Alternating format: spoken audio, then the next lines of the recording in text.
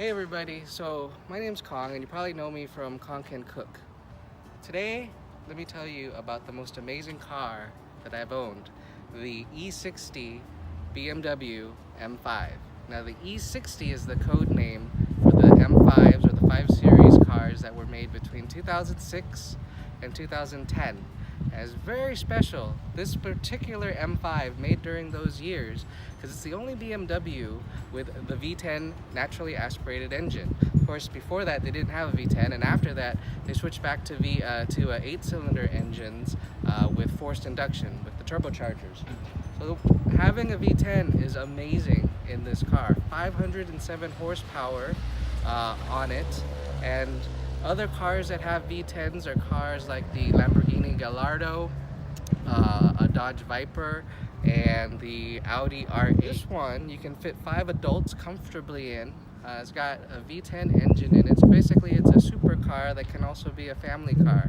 My journey with the M5 started about 10 months ago in December of 2017. And around that time I was watching YouTube with my son Ethan, and he happened to come across this video that talked about the $25,000 supercar that you don't know about.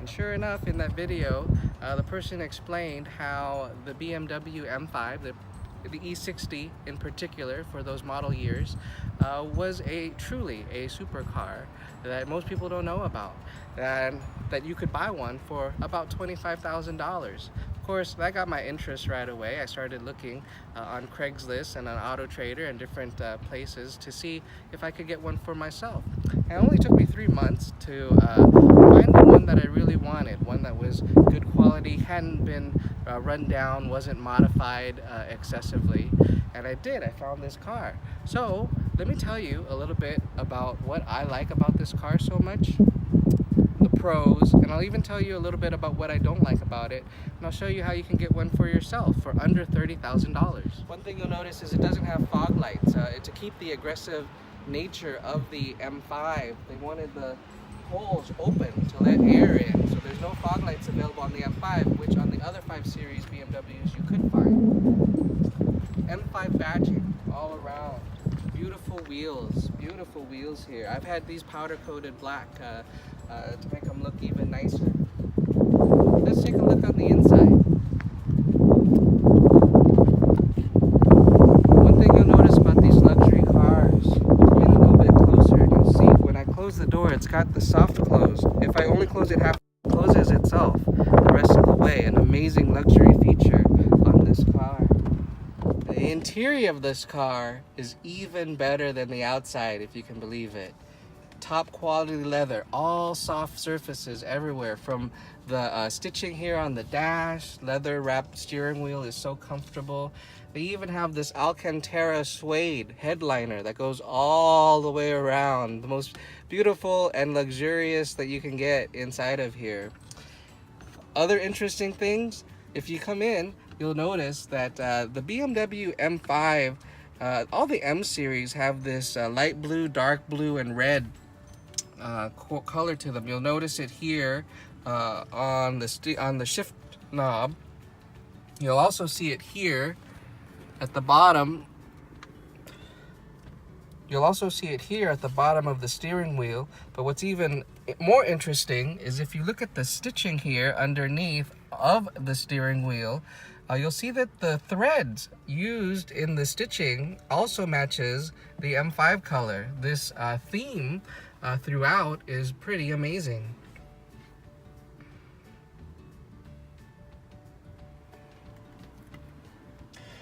Take a quick look here at the console and you'll notice that the air conditioning is very standard, and I actually like it a lot. It's just very functional. You got the fan speed here in the middle, and then the dual zone, you can control the temperature with this knob. There's no going into hidden menus and trying to figure out what's what. It's got automatic recirculate mode, and in fact it's even got an automatic air conditioning mode. So the climate control is completely automatic. You set the temperature and it will adjust itself. This particular model has both a CD player and a DVD player. The DVD is used for the navigation DVD, but if you weren't using the navigation DVD, you could use DVD audio in here and use this part of the player to play that as well. Down here are some interesting extra buttons. You got one that monitors your tire pressure. This button right here is for the active seat bolsters. Active seat bolsters work on both the driver's side and on the passenger side. With those engaged, what happens is if you go around a corner very fast, the side seat bolsters here actually move in and hug you. They move in and hug you and keep you in place. It's an amazing feature. In addition to that, side seat bolsters, you've got seat heating and seat cooling for both the driver and the passenger. And this button engages the parking sensors that are in the front and the back of the car. Those get automatically engaged when you put it in reverse or get close to things. It's also nice to turn it on demand. Over here by the shift lever, you've got a power button. This changes the throttle response and will change the power from the standard 400 horsepower all the way up to 507 horsepower once this button is engaged. You can turn off your traction control with this button, and you've got 2 additional settings, for a total of 3 settings for the electronic damp control or your suspension. So you can have it on regular, and then 2 additional modes that stiffen it up for a more sporty drive. This shift lever is very cool. It's part of the SMG transmission, or the sequential manual gearbox that BMW put in this car for the E60 model years. It runs very much like a manual or a car that has a clutch, but the system does all of the shifting for you. So unlike a regular automatic transmission vehicle with a torque converter and other mechanisms to have it shift gears, this is basically a 7-speed manual transmission that's being run automatically for you. You can put it into neutral, you can put it in gear, you push up and down to go through the gears. If you don't feel like using the shift lever, there are also these paddles on the steering wheel so that you can go up gears, and also you can downshift a gear. This steering wheel itself is pretty amazing. It's got your stereo controls over here, volume up, volume down, and track up and track down. You can turn on the phone, you can use voice commands, this one is assignable. You can go through the iDrive system and assign the function to whatever you want. And then there's this button. It is the M button. It is the reason why you buy this car. When you push this M button, it takes it from the standard 400 horsepower all the way up to the 507 horsepower. It sets all the presets for you, turns the dampening control up, turns the bolsters on. Basically, it's one button that says we're ready to go fast and we're ready to do it now. So when you use the M button, sets all the presets and gets you ready to go. As you can see on the speedometer, it goes all the way up to 200 miles an hour. This car actually will do 200 miles an hour with the speed limiter removed. So very fast car. 0 to 60 in under 5 seconds. I've heard around 4.4 if you use the launch control that's in it. So it's just an amazing, amazing vehicle. Again, so many niceties in here. If you look at on this side, you'll see the lights. You got the automatic headlamps are part of this, so I've never had to turn the lights on by hand. And you'll see over here, this button gives you information onto the windshield. It's called the heads up display. It's a very interesting feature on here. If I turn on the car, first to turn on the car, you just push the start stop button. And you'll notice that once the car is on, there's actually a little display up here in the gear you're in, your tachometer, so how many revs you're going at, and your speed. So if I step on the gas right now, you'll notice that the tachometer move up and down there. So cool that you could keep your eyes on the road and know exactly what your car is doing.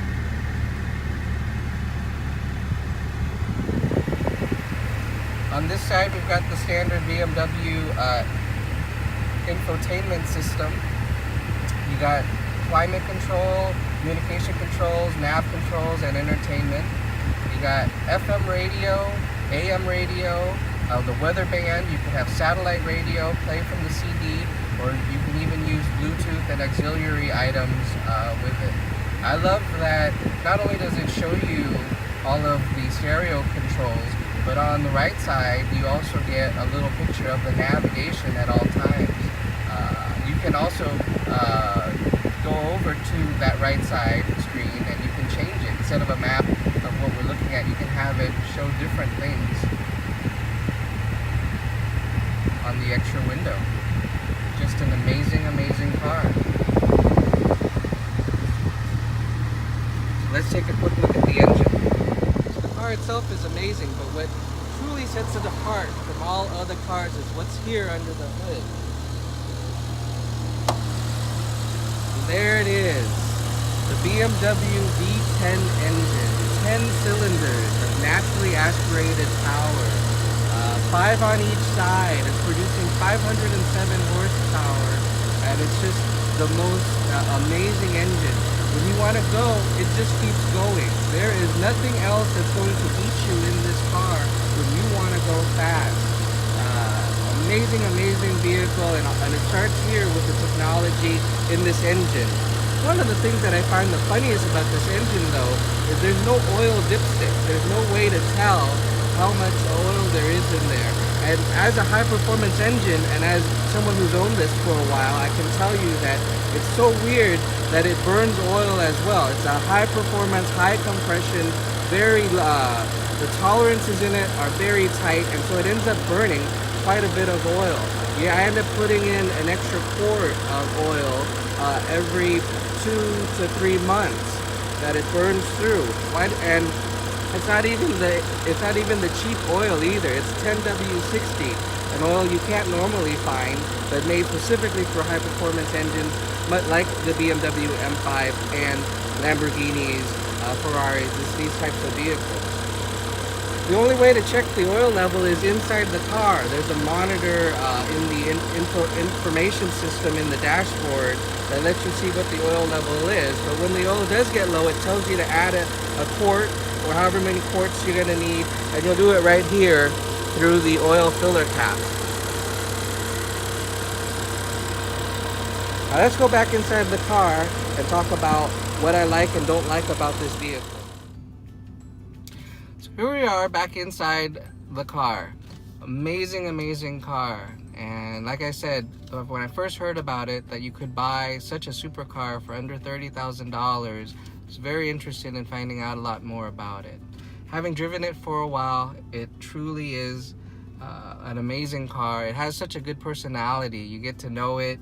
The power delivery is fantastic. Of course, there are some things that I don't like about it.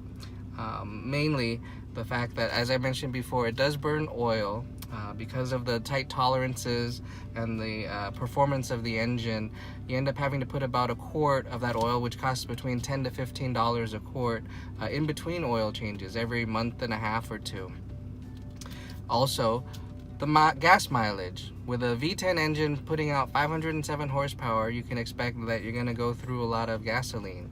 And sure enough, it does. Not only does it use the expensive premium gasoline, but I only get 12.5 miles per gallon out of it. And that's trying to drive very conservatively. When I first got this car, I was getting a little over 9 miles per gallon because I was just having too much fun with it. And honestly, bad gas mileage wouldn't be so bad because trucks and other large car vehicles would get bad gas mileage. But the problem with this car is that it's only got a 16-gallon tank in it. And at 12.5 miles per gallon, by the time you get to 12, you use through 12 gallons, you have to get gas, because the remaining 4 gallons will only get you another 50 miles before you're out. So it means I'm filling up every 150 miles, or roughly every 2.5 to 3 days of driving this car. The beginning, I didn't mind. I was loving driving it. Now, getting gas every 3 days it kind of taxes you a while. If perhaps you don't drive it as your daily driver or need to take it every day, then it's probably not as big of a deal. Between the oil and the gas, that's only one part of the problem. The other part of the problem is there could be a problem in the engine. These cars are known for having the rod bearings go out. So, you know, in the cylinders, there's the piston head, and it's connected to the crankshaft, and the rod bearings are part of that assembly. They help have it connected. If one of those should break, which they've been known to do, then these little metal parts go flying throughout the inside of the engine, causing a lot of damage, which means you might have to get a replacement engine.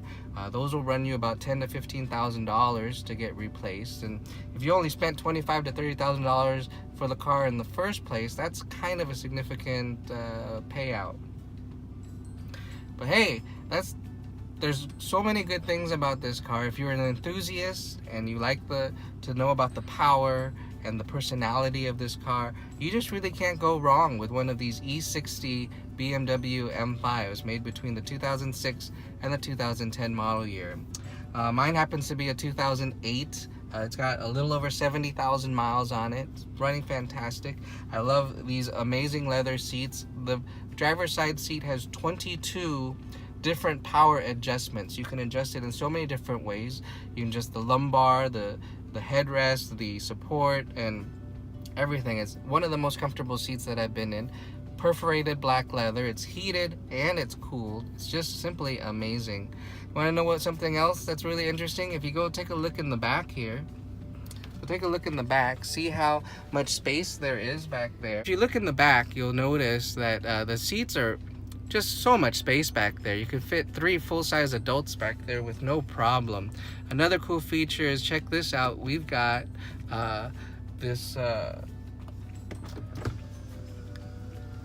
automatic sunshade for the back. It goes up, and you can have it come down with a push of a button.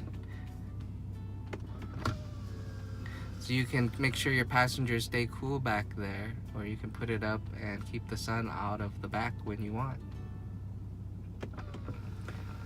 Of course, no good review can go without us taking a test drive in the vehicle. So let's go ahead and do that, all right? Now, here on the gears, you've got reverse, which is over here, and up. That'll put the car into reverse. As you can see, I can take my foot off the brake, and unlike in an automatic car, we're not moving anywhere, right? The car is smart. The SMG is holding the clutch in and will engage it as soon as I tap on the gas pedal. So once I start tapping on the gas, we'll actually start backing up. All right, ready? So here we go. In first gear, we're gonna start moving. And immediately the power and is evident in the car as we drive around. What I like about this, without the torque converter, once the clutch is fully engaged after 1500 RPMs, you've got a direct connection to the engine. It's so responsive. And because of the fact that it's a V10 with 10 cylinders, 10 small cylinders, they react so quickly to your throttle response. Right now I've got it in power mode, so we have the full 507 horsepower on tap.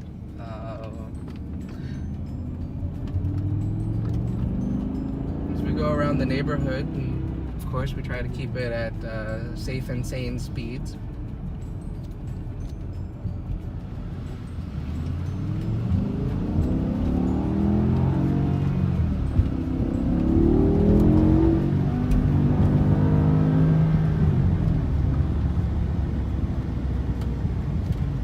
As you come up to the corner, quick downshift, smooth around.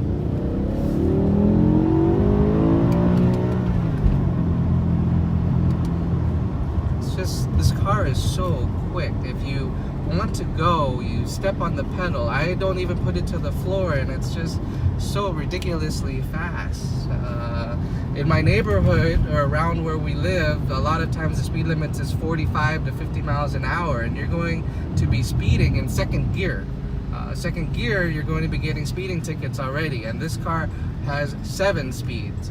When you downshift, it rev matches, everything works out well. Give it a quick run through the gears. Okay, no other cars around. We'll give this a quick last M mode.